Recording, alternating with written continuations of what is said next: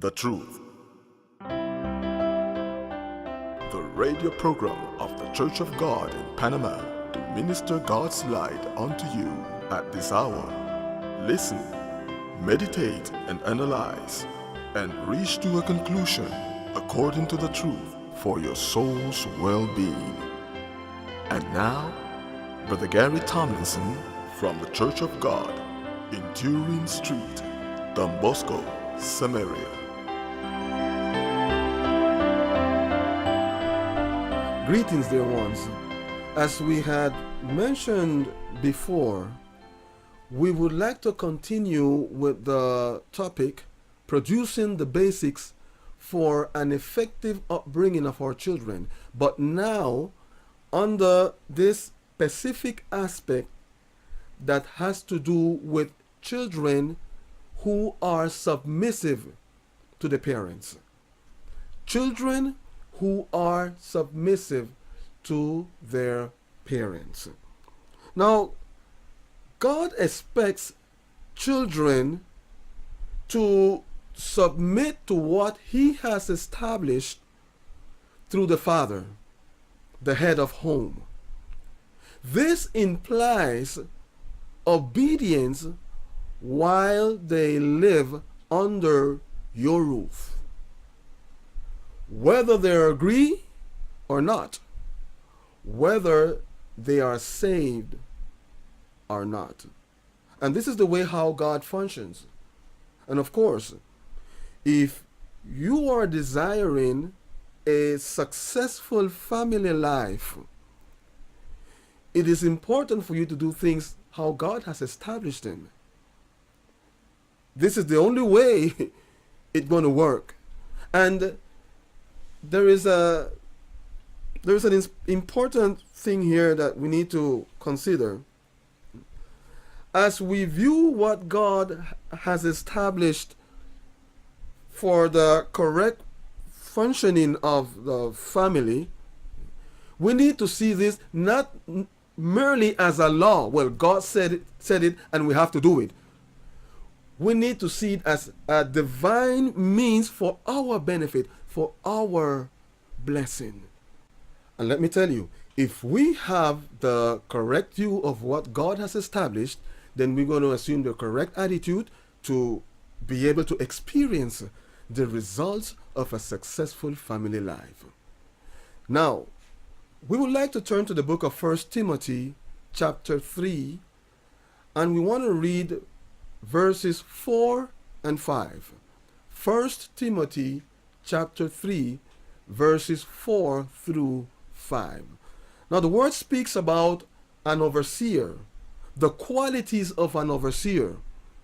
And basically an overseer is a pastor, someone in charge of a congregation.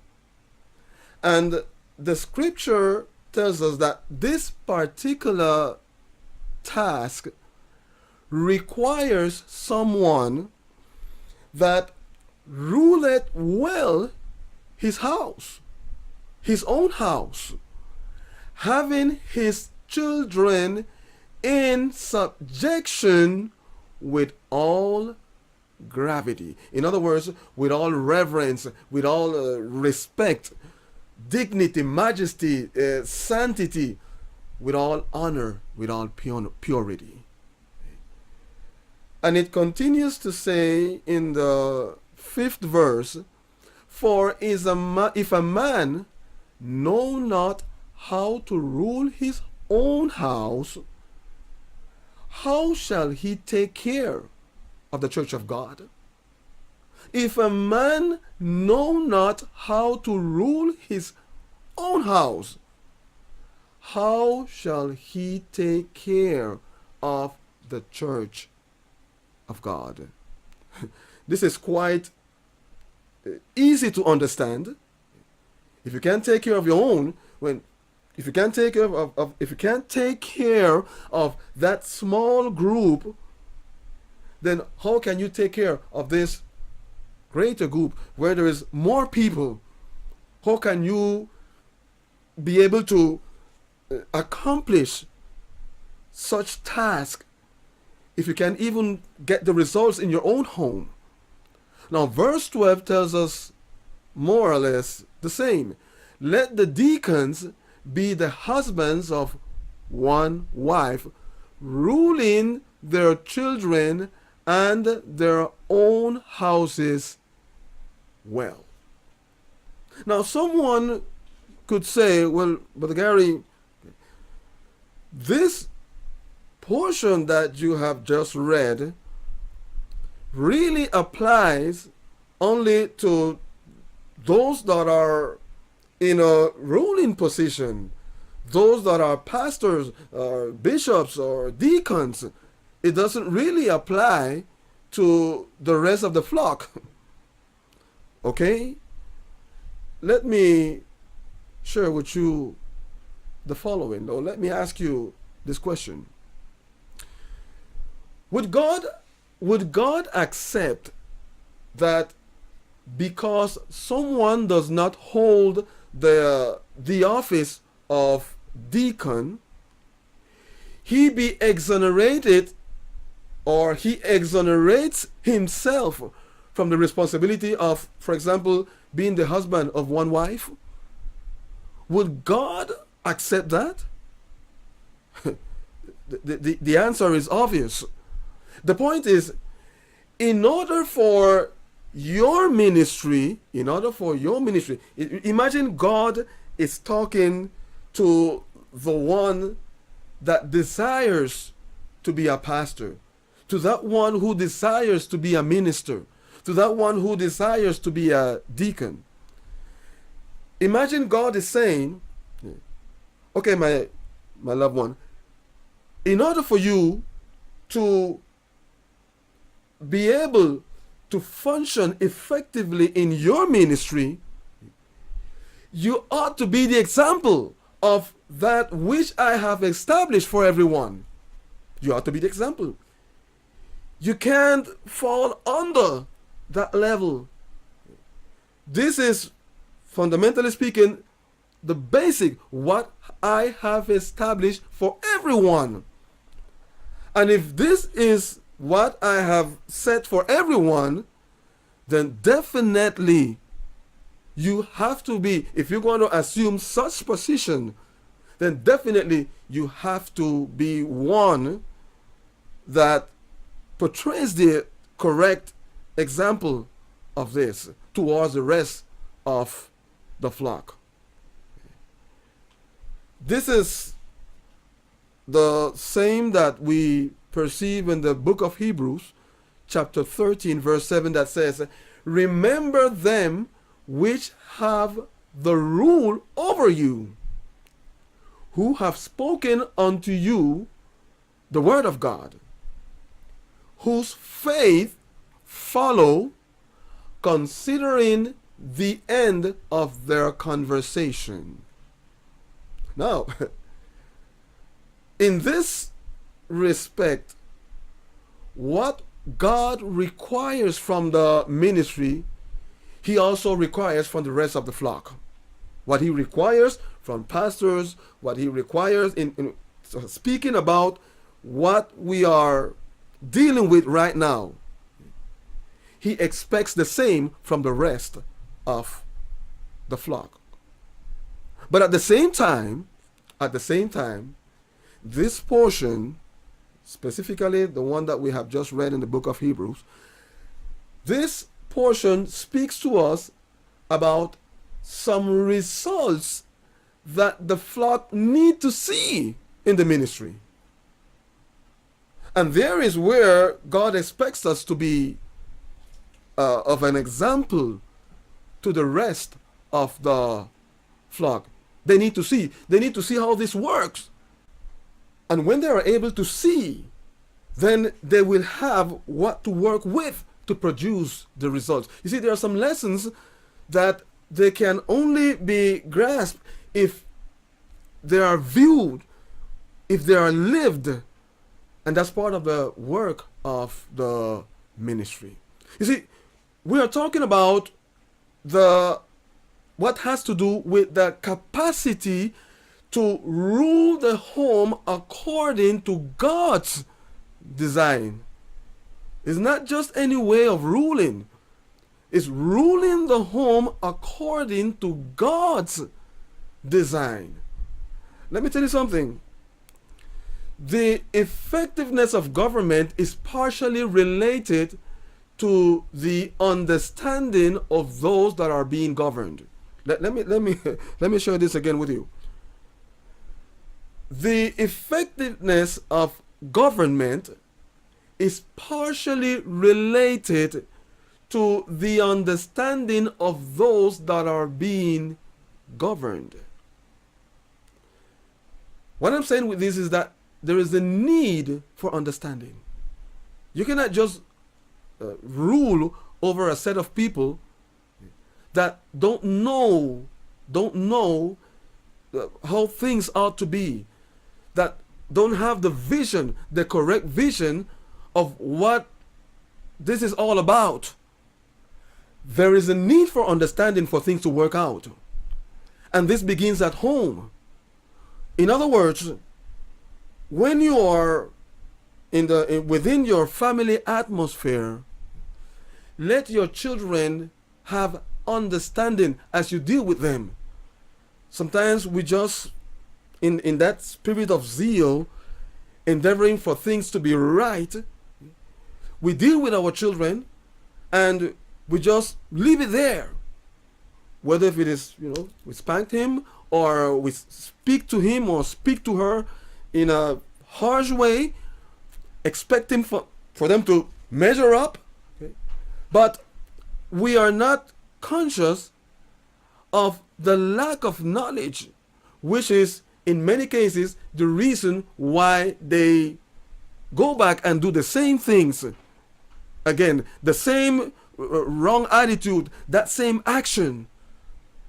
Look, our children need to know a lot of things. For example, take time and explain to them the operation of the old man, the operation of the carnal nature within them. Don't just correct them. Spend time and teach them all these things. They need to know it. They need to know what's working within them. They need to know how it works, how it operates.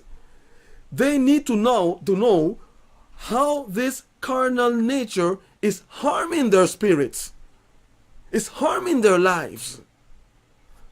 And let me ask you, who's going to teach them? Who is going to take time for them to know these things? The Sunday school teacher?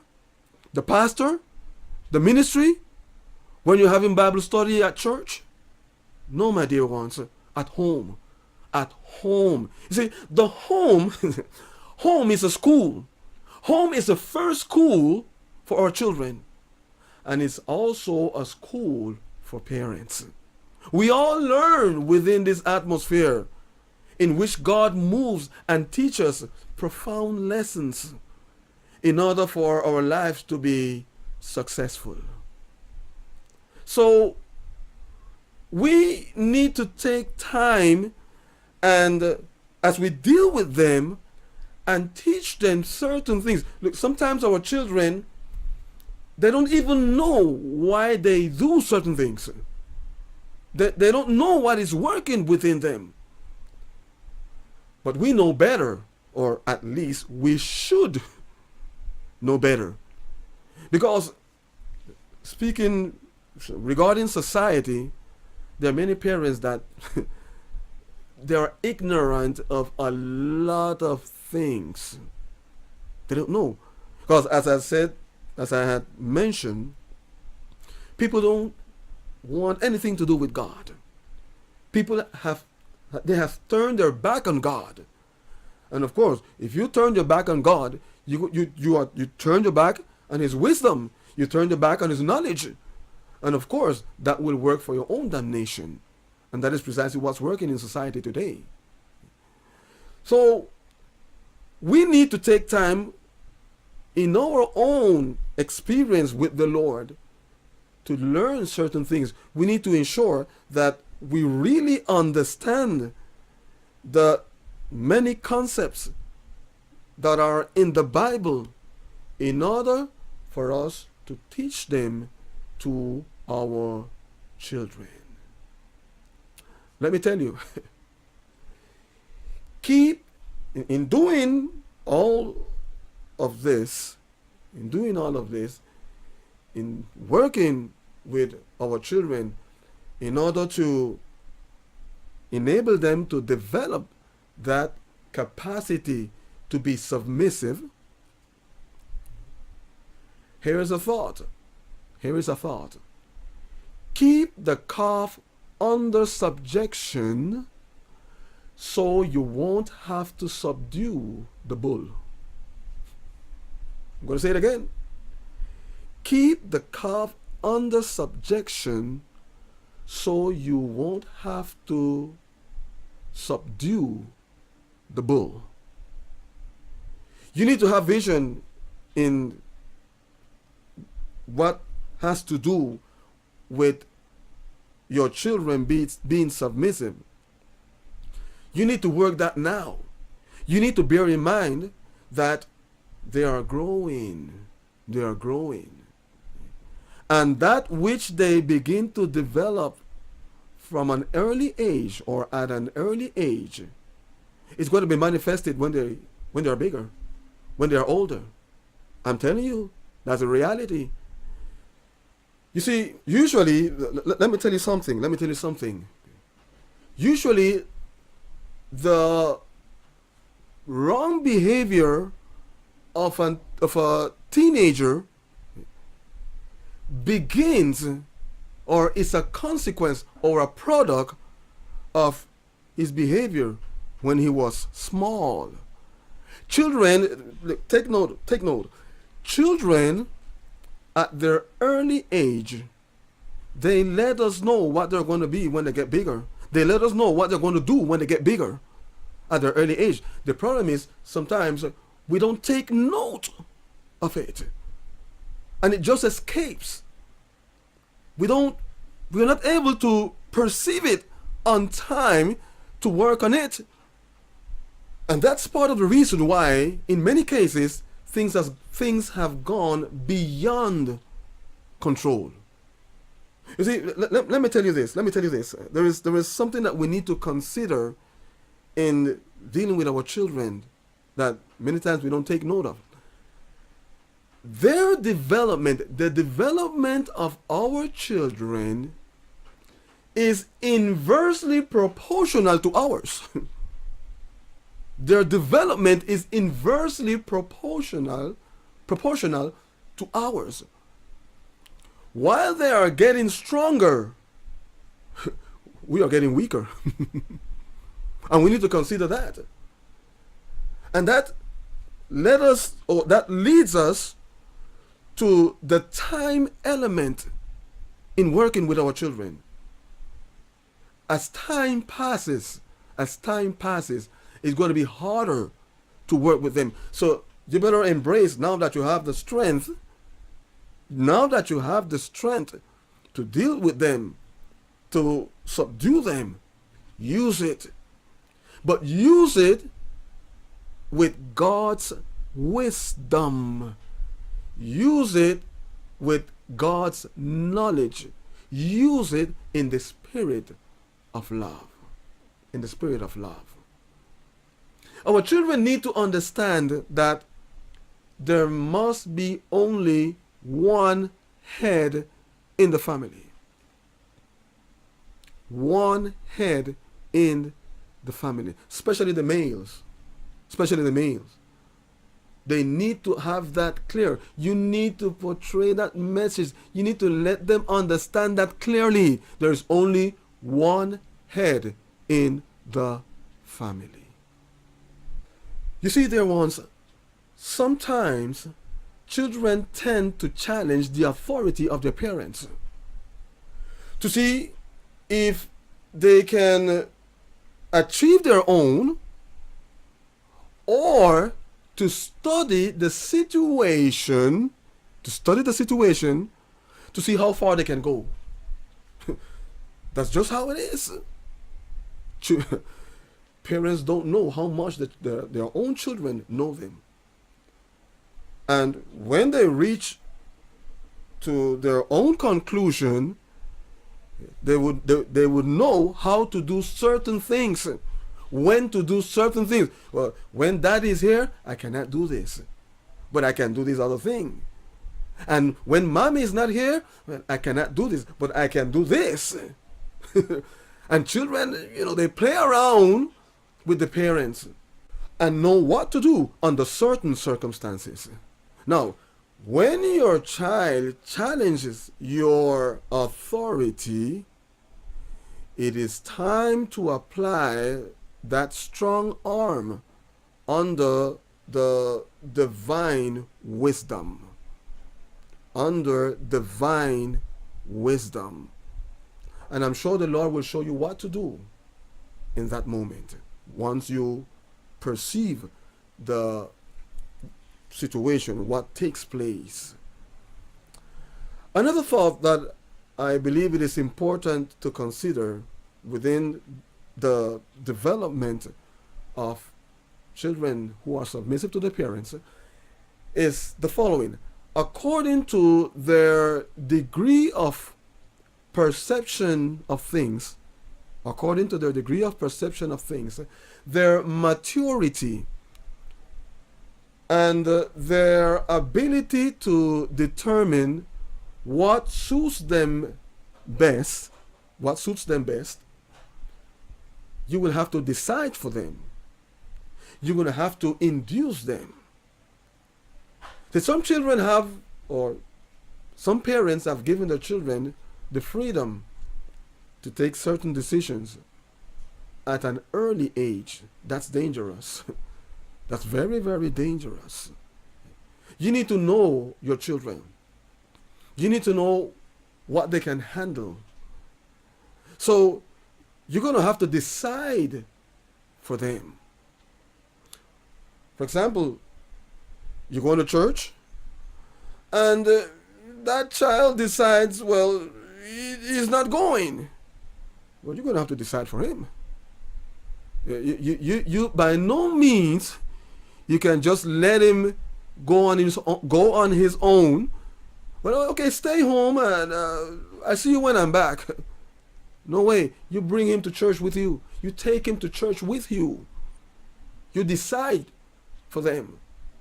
Decide for him. Induce your children onto what is right, what is proper, what is convenient for them. They don't know. They think they know, but they really don't know. And since you know better, then act according to what is right, what is correct, because you know better. So all of these have to do with developing that quality of children being submissive to their parents. And this quality is so important, so important. You know why?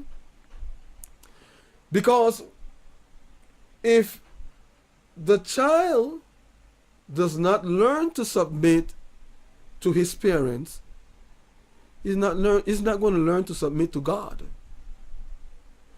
The child who does not learn to submit to his parents will not learn to submit to God. So we have a very important role to play in this within our own family life, in helping our children, in producing this quality in them.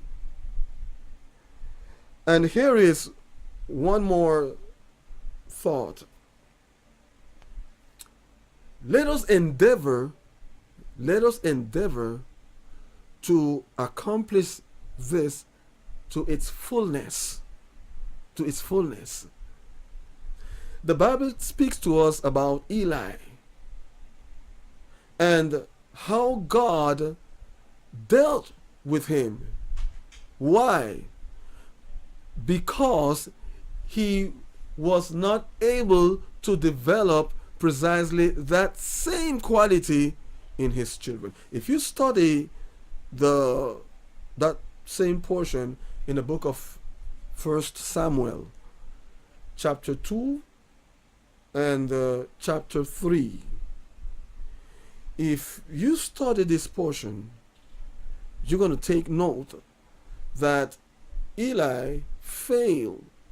He failed to lead his children onto the development of this quality in their lives.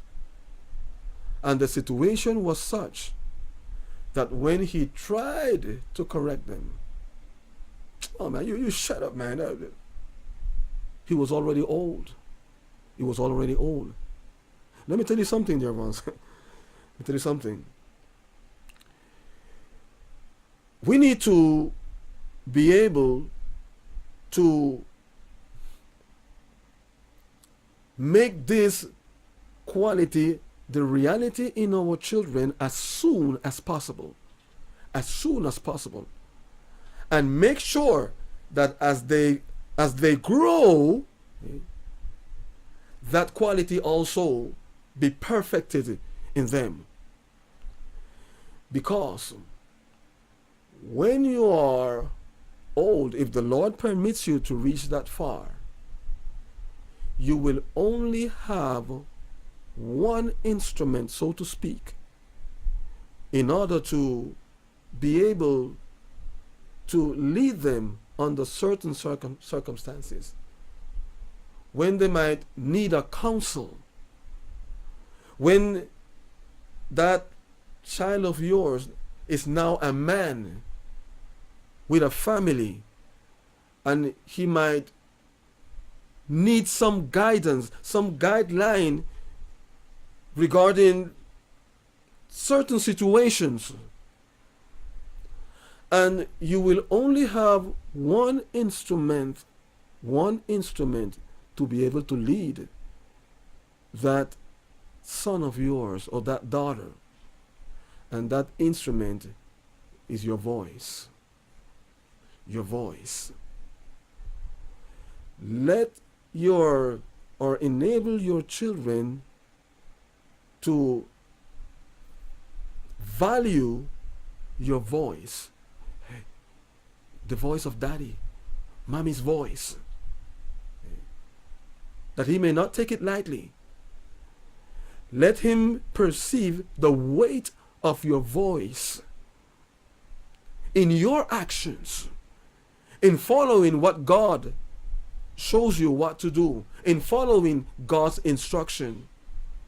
And you will be able to have his backing in the different aspects of your family life, and they will see it. They will see God's backing in your life, and this will work for the development. This will work within them in the development of this quality. So, dear ones, let us endeavor to do this. Let us endeavor to produce this in our children. Let us not fall under Eli's curse. May the Lord prosper you, and we shall continue. You have heard the truth. Any questions? Please contact us at 507-398-1667. 507-398-1667. Visit our website www.thechurchofgodpanama.com. That is www.thechurchofgodpanama.com. You may also email us at laverdad98@cableonda.net. laverdad98@cableonda.net. Contact us from any part of the world to clear up your doubts for personal counseling, teaching, lectures, seminars, or preaching. We pray the Lord has ministered to your greatest need. Subscribe to our channel, The Truth.